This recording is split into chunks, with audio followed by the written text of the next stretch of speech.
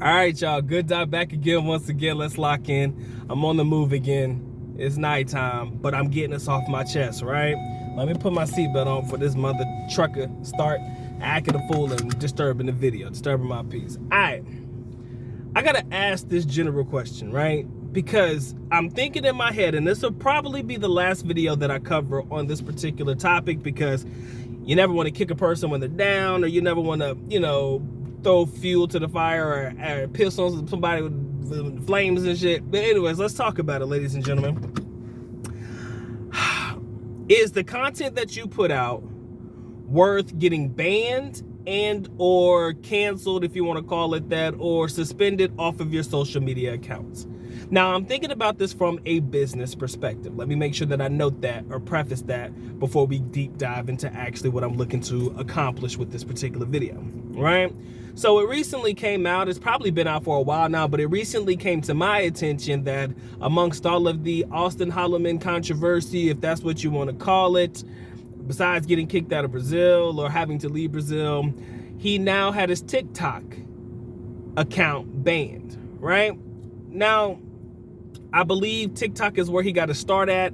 TikTok transitioned into YouTube, etc. But imagine if this is a snowball effect for him. I don't wish this on anybody, but imagine if this is a snowball effect, wherein, and if it has happened, maybe I'm just not aware of it yet, and I hope it don't. But because I don't wish that on anybody. But if the ban starts on TikTok, it could definitely trickle into your YouTube channel. Now, if you have a large social media presence, this is where you put out the majority of your content, and this is where you're actually earning the majority of your money that's sustaining your life abroad. I have to ask, is it worth it to get fucking canceled, right? Because in my opinion, I don't see it, right? In my opinion, I don't see how it's worth it. Now, when my boys and everybody talk about, yo, the homie need to stay 10 toes down, he should have stood his ground and all that shit, when I listen to it, I understand where they're coming from. But in reality, if we think about what really happened, how it all happened, and how it came to be, in reality, I don't think any of these women would have ever cared about the boy moving overseas and living his best life if he wasn't so loud about it, right? And like I said, being loud and doing the comparisons and stuff like that, nobody likes to hear that. It's no different than you see the boy Expat Kings and shit. This dude over here, he got his YouTube account taken down, right? It is what it is. Because, you do stupid things, things are going to happen to you, right? If you don't heed warnings, bad things can potentially happen. But going back to people who make a living online, your digital nomads, your guys who create the YouTube videos that earn money that, they try to live off of while they're overseas. Is it really worth, is the content that you put out really worth losing your channel for, right? Again, if you're a small channel, who gives a fuck, man? Speak your truth. If they cancel you, oh, well, I'll put out another one. I didn't have that many subscribers anyways, right? Kind of the vibe with a lot of the smaller YouTubers. Me, I'm mediocre, bro. Small as fuck. But even I don't want to lose my channel. I'm like, shit, man, I spent a fair amount of time building up my little small ass following, and I kind of like it. And starting all over to me would be a pain in the ass. Truth be told. That's why I'm like, bro, I wouldn't want to be canceled or anything, because starting over would be a pain in the butt for me, right? When you bust your ass, you got over thousands of videos and shit like that, and you've been putting in work day in and day out, and then you lose it. I don't know about y'all, but that would hurt my fucking feelings, right? So it does, to an extent, make you very conscientious about the type of shit that you put out. I think, like I said, I think my boy O'Shea mentioned, and I know I probably said this in the last video, but he did say that a lot of your hardcore red pill MGTOW types of dudes that were actually in it early in the years of, the MGTOW red pill movement and all that stuff, he said a lot of the hardcore guys are no longer around because they got their channels deactivated or, dismissed.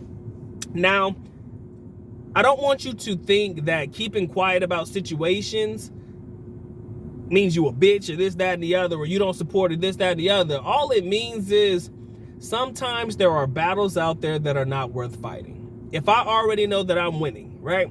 If I already know that I got everything that I wanted in life and I didn't have to come up on nobody to get it, I got it all on my own, I did what I had to do, I stayed true to who I am, right? I don't necessarily feel the need or desire to go back and forth with anybody, right? Now, let's keep it real. You might catch me on a good day one day where I'm in the mood. But 9 times out of 10, any shitty ass comments people may make here and there, I let it go and I keep it pushing, right? Because at the end of the day, if they're not stopping my bag, if they're not fucking with the family or anything like that, or anything that will put me in a position to be forced to make a response if necessary, I don't see the need, right? I would say keep killing them with content showing all the beautiful things that you're doing in the foreign countries, right?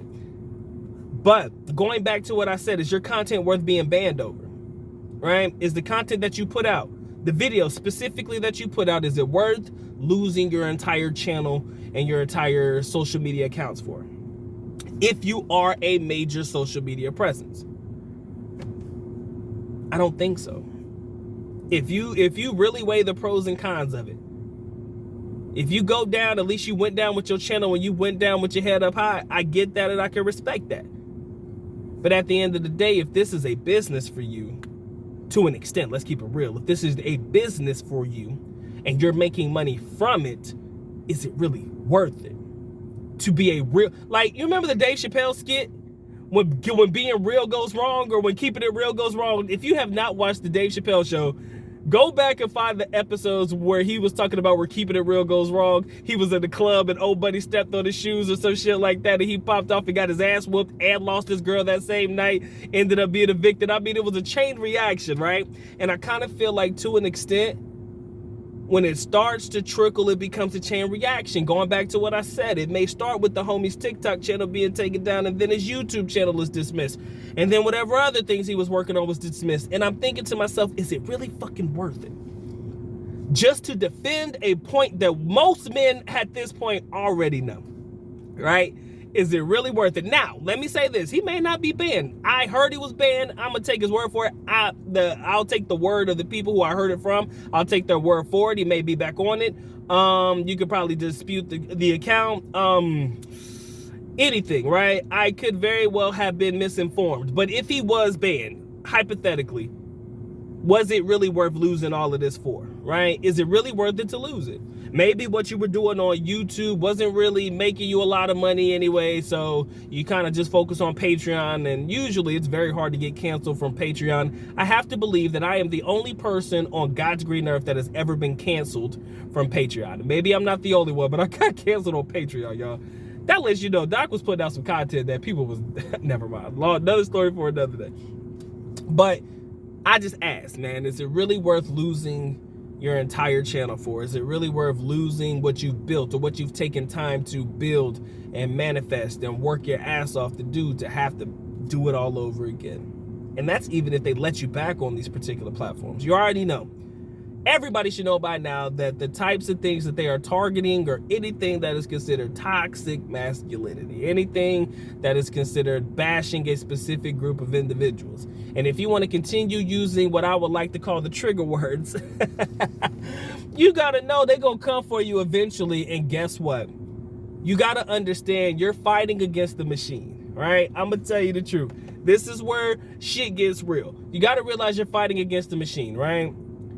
Because not only are you being personally attacked by and or being responded to by people who don't necessarily take kindly to your content, whether that be men, whether that be women, whatever, you're now dealing with a machine that is basically controlling a narrative, right? These social media platforms, if you look at them, they're basically controlling a narrative. They want to put out the information that they want to be put into the media. Take, for example, the tweets that Elon Musk leaked and all that shit that happened over there, man. And you seen the behind the curtains and everything they were talking about, the types of shit they wanted to push, the types of things that they wanted out there in the foreground. You can create bots to fuck your shit up. I mean, it goes on and on.